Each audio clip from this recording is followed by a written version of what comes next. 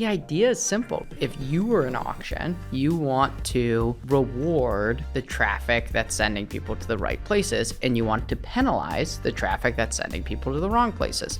There are plenty of websites on the internet that you can't even send Facebook traffic to. They're not even saying, like, there's no amount of money you can pay us to send traffic there. And so as a result, it's very cheap traffic. And there's always a balance, right? How much are they willing to profit? You know, the Facebook algorithms are always changing, but it's consistent that if you create a better customer experience, Facebook will want to send more traffic your way.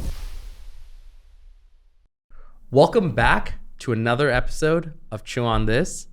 And today we got Arthur Root, CEO and co-founder of Nostra.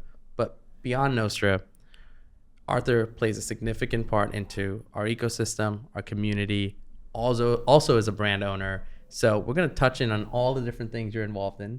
But let's get started with a little bit of your background. Yeah, of course. Well, thanks for having me. Of course. Yeah, I'm the founder and CEO of Nostra, which is the kind of first ever e-commerce focused edge delivery engine. And so what that is, you know, we figured out a novel way to make e-commerce sites faster without any effort from the merchant, which is pretty awesome. But you know, I started that business out of school. I'm also a part of a direct consumer business, which is a mouthguard company, and then kind of have my hands in a couple of other things as well. But you know, just generally love just being around smart people and building cool businesses with people, you know, that I enjoy being around. It's awesome. So I mean, let's actually just go back. Maybe take me back 5 years. Maybe this is pre Nostra, right? Yeah. What got you involved into building a SaaS? What were you doing before? And the few people who may not know you on our series, tell us a little bit about that journey. Yeah, so we can go all the way back from the start. Born and raised in San Francisco, so always had like these little businesses growing up. Yeah, Bay Area. You know, in the city. So I had a sock business online when I was growing up. So I was in e-commerce for a long time. Yeah. Then, you know, in high school, I ended up working at a tech company. So I really started working when I was like 16 years old. Wow. And, you know, went to college and generally wasn't like super interested in school. So I started a travel personalization business and was running that for a bit. And in March of 2020, all of our customers just like went out of business. And it was like, whoa, I just spent like my entire life, you know, all of my energy building one thing. And all of a sudden, like it just was gone. And so this is a travel personalization business? Yeah, wow. Exactly. So, you know, the idea was pretty simple. It was like, you know, using people's Facebook data, Google data to then give them suggestions of what activities to do in a different city. I thought it was a good idea. It kind of worked. You know, I still think it's not a bad idea. Yeah. But, you know, just one day everybody went out of business. And so took a step back and thought, all right, well, what industries are interesting? What, you know, COVID's happening, you know, people are at home, you know, e-commerce seems like a reasonable place to turn. And so turned into the e-commerce world, started trying to build out a personalization engine and testing engine for e-commerce. And, you know, the number one piece of feedback that we kept getting from brands, and, you know, our number one value is always to just be listening to brands, always be listening to feedback. Prophesizing is just not allowed at Nostra. You know, you got to talk to the customer. Yep. And the number one piece of feedback was like, hey, this is slowing down our website. And so we thought, hey, well, if we're slowing down their website and they're very upset about it, why don't we not slow down their website if that's the number one reason why people are churning? Yep. So we looked and we were like, all right, well, a lot of our customers are on Shopify, but we can't really access the servers on Shopify, so we got to run a proxy. So we have to kind of bring in our own infrastructure.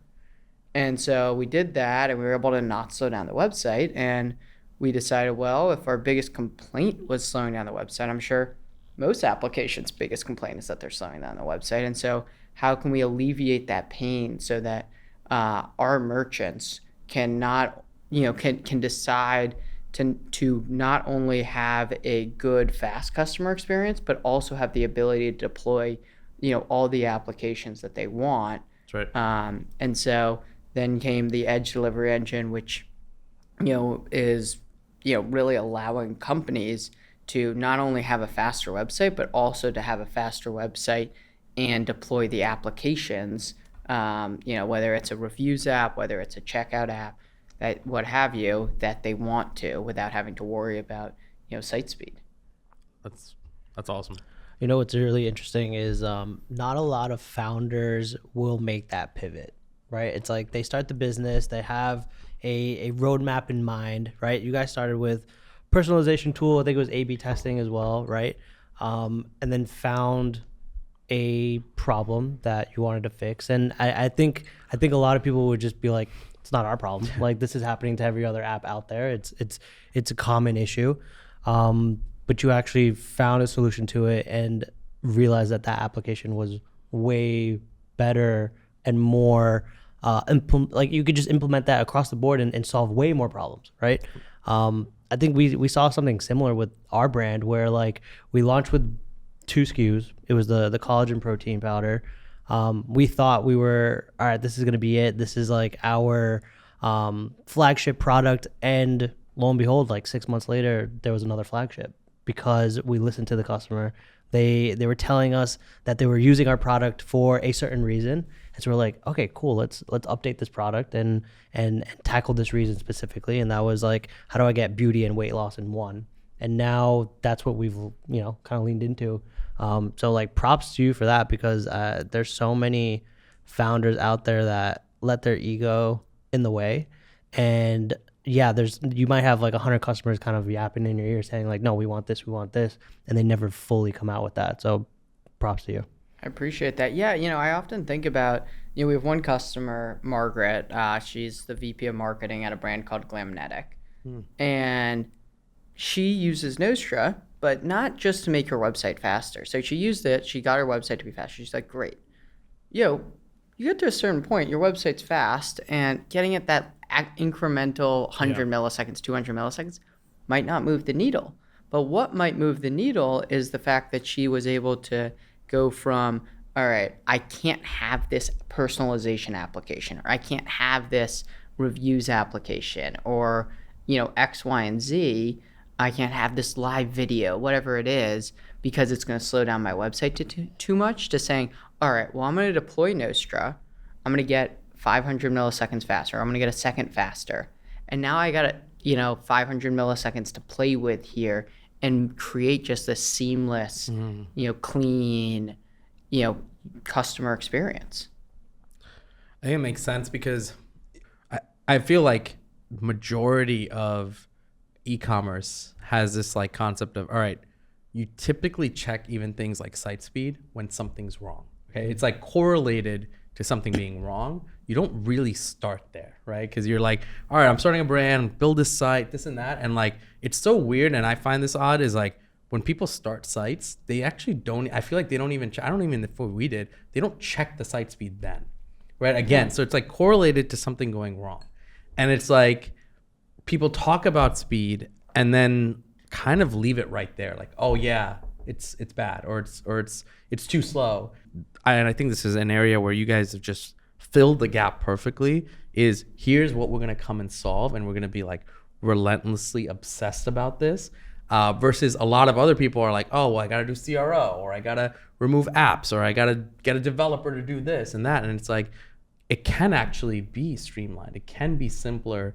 And so creating that solution, I mean, it's, I'm sure it's been tough to build it, but I'm sure at the same time it's easy messaging to get across at least. Putting on my Remy hat here, like Nostra's a tool in the tool belt, right? It's not the end all be all. Right. You're not going to come in and your company's on the decline and you're going to all of a sudden deploy Nostra and all of a sudden your company's going to be on the up and up again. Right. That's not what we built this to do.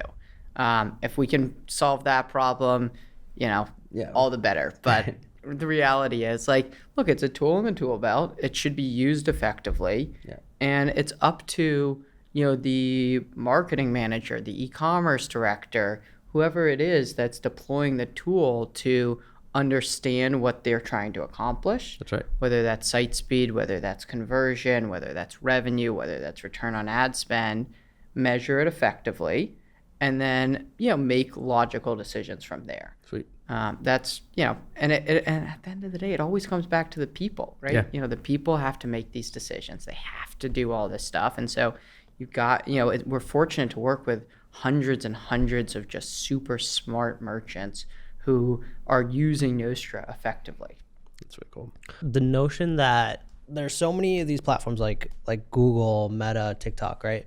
Their whole premise is to offer their customers or their users the best experience possible, right? So when you look at Facebook or TikTok, their goal is to keep people on the platform for as long as possible, right? We all know this. When you have, say, the part of the business where now they have to make money and start offering, inventory for ads and things like that. Yes, they need merchants to spend money to make money, but they also need to recognize the other side of it, which is these users need to have a good experience, right? So now when you brought it up to me for the first time, site speed and this and that, it's like, yeah, we're working on it. We have a web developer. It's something that we're always working on. But when you had mentioned something about this actually improving CPMs, I was like, there's no way. There's not a shot. And I don't know if I think this is public knowledge now, but at the time you're like, we did a study with Facebook, and I was like, this is actually, and I hate saying this, but it's game changing, right? Because think of it as a marketer. Take the collagen space, for example. How many ads from different collagen companies are you going to see if you're in that funnel? There's countless, right? How do you differentiate? Price, packaging, branding, flavors, whatever it is. You click on an ad, you get to somebody's website. I don't care who you are, if you're Vital Proteins or Dr. Axe or Avi. If your website is not loading, you are leaving, right? And that in itself is a major red flag / signal back to Meta. And Meta's gonna be like, well, we're not gonna prioritize you in the auction. So that's why I think brands like Avi can compete against these gigantic companies like Vital, because if we are optimizing the experience and we can load the page faster, and Meta sees like, hey, this is a really good experience for our users, prioritize this into the auction, our CPMs get better, our cost of traffic gets better, our conversion rate is way better, and I mean the outcome of that is the upside potential is insane. So yeah, I mean, it just makes sense, right? We have that case study with Facebook. And we have a lot more that are kind of in the pipeline with Facebook and with other major ad platforms.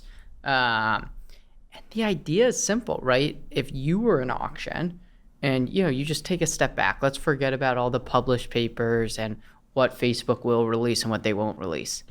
If you're an auction, you want to reward the traffic that's sending people to the right places, and you want to penalize the traffic that's sending people to the wrong places. That's right. There are plenty of websites on the internet that you can't even send Facebook traffic to. They're not even saying, like, there's no amount of money you can pay us to send traffic there. And there are plenty of sites where the CPMs are much lower because they're sending them to such a reputable site where the user experience is so clean, and maybe they're not even selling something. And so as a result, it's, very cheap traffic. And, and there's always a balance, right? How much are they willing to profit? How much do they care about the user experience? How is that going to, change? Obviously, the Facebook algorithms are always changing, but it's consistent that if you create a better customer experience, Facebook will want to send more traffic your way. And if you can, I think the case study we did with Beach Waver and them was that we doubled the conversion rate for a brand. So their conversion rate just goes up by 2x, even if it didn't have any impact on their CPMs. That would be important. But then, take that into account for the Facebook algorithm. It's unquantifiable how important that is. That their CPMs probably dropped from that. Their conversion went up, and their return on ad spend probably went through the roof there. yeah, I mean, everybody asks, and again, I have like these, whether it be like Twitter DMs or comments, right, or like mentor pass calls. It's like, how do I get from 5K a day to 10K a day to 20K a day? There's nothing you can do in your ad account other than obviously the best practices that is going to get you there. Yes, you can literally quite figuratively put 5 and change it to 20K, right? Is your CPA going to stay the same? Probably not. Is conversion going to drop? Probably, right? But if you can continuously improve outside of the ad account, that is going to allow you to spend a little bit more. And that is why I feel a lot of people don't give importance to, or give enough importance to, everything that's happening outside the ad account and stuff like site speed, and whether it's landing page testing. And you were on the money, right? You came off, you're working on brands, you understood the importance of A/B testing, site speed, et cetera, et cetera. That's why we trust, like, I say this all the time, we trust the founders that went through the problems and built solutions on top of that, because they know what they need. So to kind of wrap up that train of thought, it's always look outside of the ad account. And I think Nostra is just like a no-brainer, where it's like you just layer this in on top, and it's like a overnight type of thing. Yeah, and even for the brands that aren't at 5K a day, the brands that are at 100K a day, Facebook, will literally give brands that are bigger money to try out programs, whether it be Nostra or someone else, because they have that exact same view as just, hey, look, if this brand is converting better, they're going to spend more money on Facebook. Of course. Yeah, we work with some of the greatest Facebook reps, and they spend more of their time talking about the business and consulting with the company versus actually like telling them how to game the Facebook system or whatever it is. They're not hiring people who are cold calling you and saying spend more money. They're hiring people out of business school who are there to really try to help you out. And and so your point about like, hey, it's off platform that matters just as much as on platform is spot on. Hey guys, we're gonna take a quick break from the episode to analyze some of our top performing ads in our ad account. A lot of people have been asking me, what have you been running, statics, videos? Well, I'm gonna show you our top performing ads utilizing a platform called Motion, which pretty much analyzes all the data of all of our top performing creatives, ROAS, by spend, by CTR, CPCs, everything. So check it out. What's going on, guys? Today we are reviewing another ad that has done well over the last 14 days. Using our trusty reporting system, Motion. So this one is really interesting. I want to show you what this is, because this is literally just a picture of the product, right? Very, very simple. But the key here, the reason I think this works is because we're actually whitelisting with somebody's account. And putting up this image, right? So the reason I think it works is because, one, it looks super organic, super native, and the only context is really from the ad copy, right? So one-liner, boom, punchy, and it goes to the landing page. So if you do have accounts that you can whitelist, I would highly recommend just tossing up an image and seeing if you can get a decent spend level on this. As you can see, the click-through rate is like a 2.43%, which is actually pretty good. Typically, I see ads that are obviously ads closer to the one, mid ones, low twos, but this is like mid twos, which is I'm not mad about. So, like I said, if you have some accounts that you can whitelist, you have some product shots, you can literally take your iPhone and take a picture and post it. Give some context in the ad copy and let the landing page do the selling. And they spent 14 grand at a 1.64. Our break evens a 1.44, so profitable. So yeah, check it out. Easy ad to do, requires zero work. So let me know how it goes. If you're looking to sign up for Motion, click the link in the description for a special offer today. Now, let's get back to the episode. I think, one other piece, because you have this lens of hundreds of brands using Nostra, and you have brands ranging from 7 figures, 8 figures, 9 figures, and I believe even 10 figures, right? Which is just blows my mind, because you don't come across enough SaaS platforms that have that full range and full scope, which means impact truly is happening on all levels, right? And again, I'll confidently say I don't think there's enough SaaS companies we've met that can create impact across the board. Now, what I'd love to hone in on is, like, if you can share what you're seeing maybe from like all those vantage points, like the smaller brands, what are you seeing they're struggling with? Maybe what are some of their solutions? Some of the ones that are in like high growth phase, what are you seeing there? And the ones that are like really big, right? Like you have a few of those. Even just like if you can touch on a few things that you're seeing in the market, because I think something that our viewers always like to see is, although we advise against this, is what's everyone else doing? How is everyone else feeling, right? Because you mentally look at how you're performing also next to your peers, and that's just a natural human thing. So would love if you can maybe share some insights on those few different stages. Yeah, we span, I can't tell, disclose who Of and course. how much, but we have brands that are that, in their holding company are doing 10, 20 billion a year. And they're thinking about, hey, how do we consolidate? How do we drive efficiency?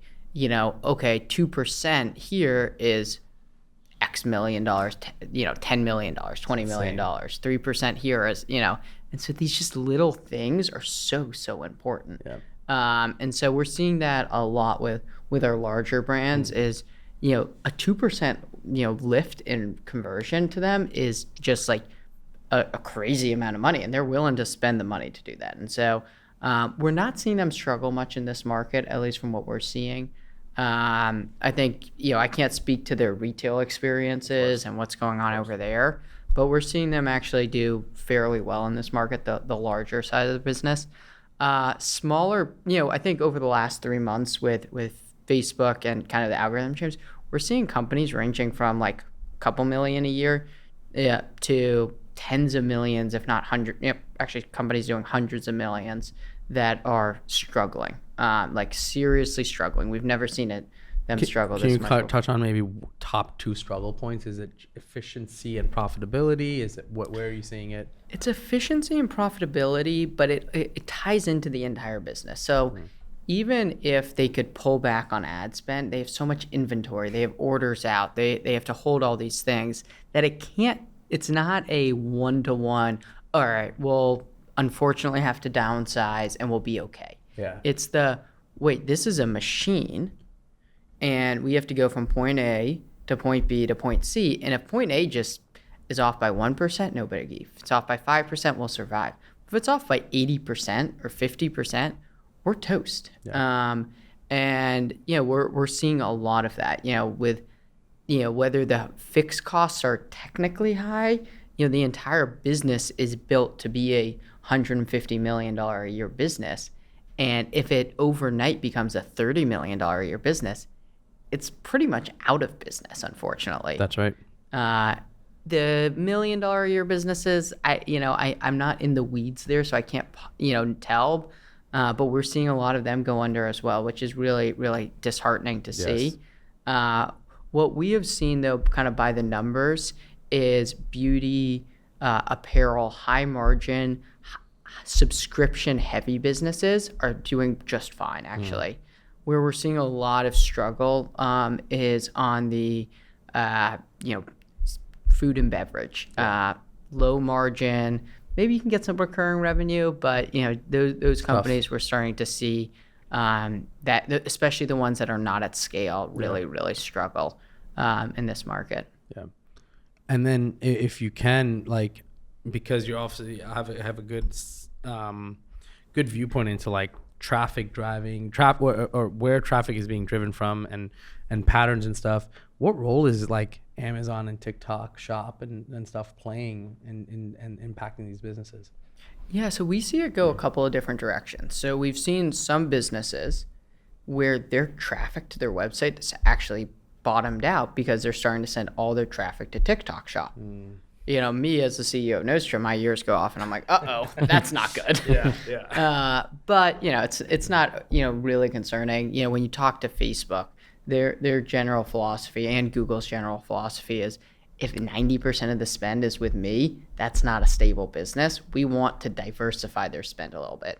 And so I share the similar sentiment, which is, if TikTok shops are now driving a quarter of all your sales, that's fantastic, because if something goes wrong in the business, you're not going under because, your Facebook algorithms are off. Your TikTok is still strong. You can survive when Facebook figures their stuff out, when Google figures their stuff out. If there's a problem there, then the business just grows even faster. And it drives word of mouth growth, it drives all that. So, we're seeing some major adoption of TikTok shops. And we think that it's excellent for the industry, even if there might be a temporary drop in website traffic. We expect it to balloon right back up. I don't Because think of the growth that's coming from that channel. It's a good point. exactly. Well, how do you kind of game plan the future of Nostra, right? If traffic does kind of diversify, are you thinking about kind of the product roadmap in a way that, okay, well, if all my traffic was 100% from Meta, now it's 50%, right? How do you think about that, and how you guys would handle that at Nostra? Yeah. I mean, I think that content and discovery over the next decade. I think if you look at a 1-2 year time horizon, I'm not sure that it'll change in a meaningful way. But I think over the next decade, whether you look at OpenAI, whether you're looking at TikTok, whether you're looking at the rise of like virtual assistants actually out there, like the discovery process is going to change. And I think that more and more of that is going to happen, off of traditional platforms, whether that's off of Google, whether that's off of Facebook. It's going to happen more and more across the internet as a whole and across, applications. And so, we're starting to think a lot about that, and how do you unify that customer experience across all of those different devices. So talking about like diversifying traffic sources, right? The one biggest unlock that we've had this year has been really cracking organic. Whether that's influencer seeding or getting affiliates up and running, having some viral moments, right? Which I would consider like lucky moments, right? But it's kind of opened our eyes to diversifying, not away from Meta, but introducing eyeballs to the brand that Meta can't get us, right? I mean, you take a look at it, the last 5 years, we've spent millions with the platform, right? At a certain point, there is going to be some level of fatigue, right? So introducing new eyeballs to the brand is super important, right? And there's one frontier that we've maybe dabbled in way back, but it's a long-term investment, I think, and that is SEO, right? Putting out content on the website, blog articles, trying to rank for certain long tail keywords, and it's a timely process, but I think one of the biggest pros for Nostra is that site speed being such a big component of what Google values in terms of ranking and getting visibility, is being able to kind of just put out more content, rank this and that. So how do you guys think about SEO for brands? Yeah, and it's funny that you say that. We're thinking about it A, at Nostra, and B, at Remy a lot too. And we have 2 products that actually focus on SEO. So we have our Edge delivery engine, which makes the website faster. That's going to make the human experience better. It's going to lead to higher engagement on the site, which matters a lot for SEO. It's going to lead to a faster site, which is a tiebreaker for SEO. It's going to lead to more time on site. All these things that factor directly into SEO. So that's number one, and we believe it's super important to have a fast website. I think our actual best referral partners are SEO agencies, not site speed agencies, but SEO agencies. There's a story behind that. Because they realize like actual site speed matters a lot. And we have a second product that until we hired a VP of marketing who is super SEO focused, it kind of gets swept under the rug, which is our crawler optimization product. And it took Rand, who's just unbelievable, as our VP of marketing, to come in and be like, wait a second, guys, we have this great product. Nobody ever talks about it. Yeah. But as an SEO person myself, putting myself in Rand's shoes here, this thing is awesome. Yeah. And what it's doing is it's anytime a bot comes to the website, it's stripping down the site to the bare bones of the site. So there's pretty much nothing besides static HTML and text, and only stuff that crawlers can read. Wow. Ironically, Google they can read JavaScript, but they don't do anything with it. And so it takes up a lot of what's called your crawl budget. And so especially if you've got, we have companies that have hundreds of thousands of pages. You really only have a certain amount that Google's going to crawl your website each day, month, year, whatever it is. And if you have a ton of pages, it really, really is not, the faster the page, the more that Google can crawl, the more frequently they can crawl. So that when you post that new blog article, Google crawls it the next day, not 2 weeks later. And so, having a product that's focused on that is crucial.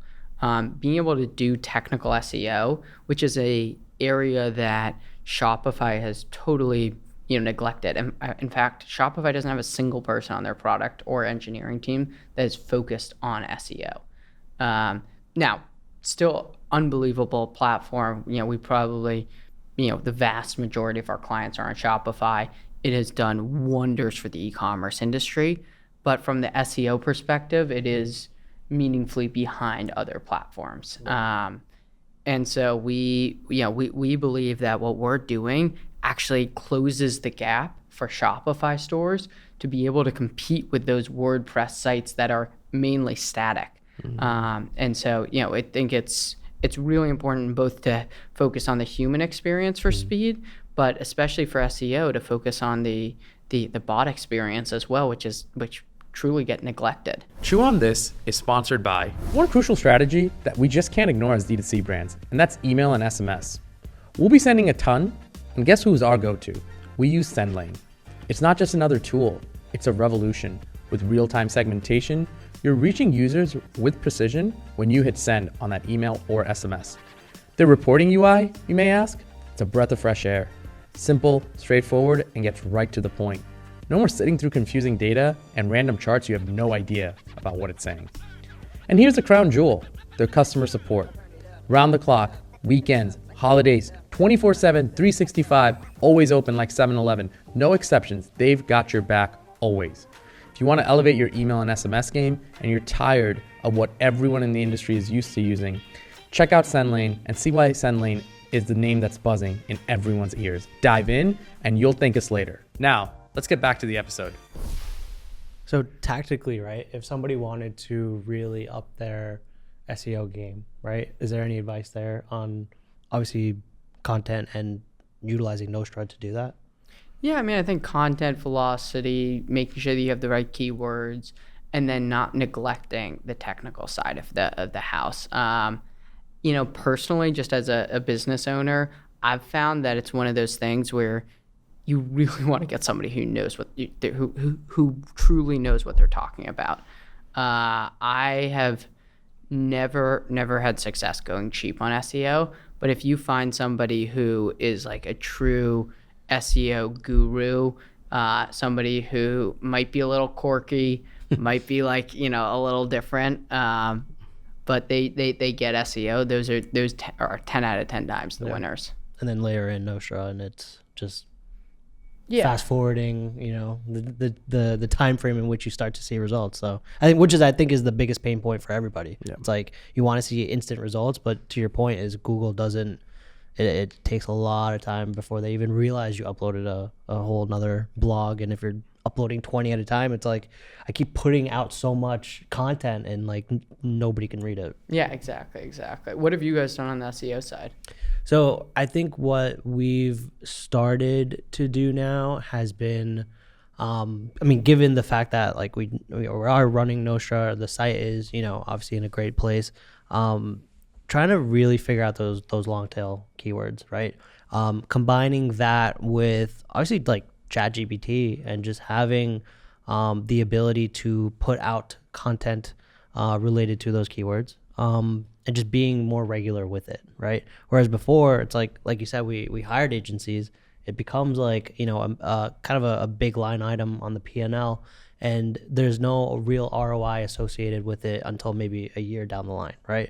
But I think with the resources that we have today, like I said, AI and Nostra, like anybody in the office can just say, hey, you know what? I'm gonna whip up an article, right? But I think that's what we're trying to figure out and just get better at. Yeah. And how do you think about the finance side of SEO? How do you quantify the ROI? Yeah, I mean it's a great question. To your point, it's the wrong way to think about it. When we did first hire like an SEO agency, we're like, you know what? This was like when Facebook was starting to kind of crap out, like during the iOS update, and we're like, we need to diversify. Like, we're not ranking for anything. If you search for collagen, we're nowhere to be found. So we hired somebody great. It's a steep retainer. Yeah. The expectations were set like, hey, don't ask me for an ROI for a few months because this is going to take time, right?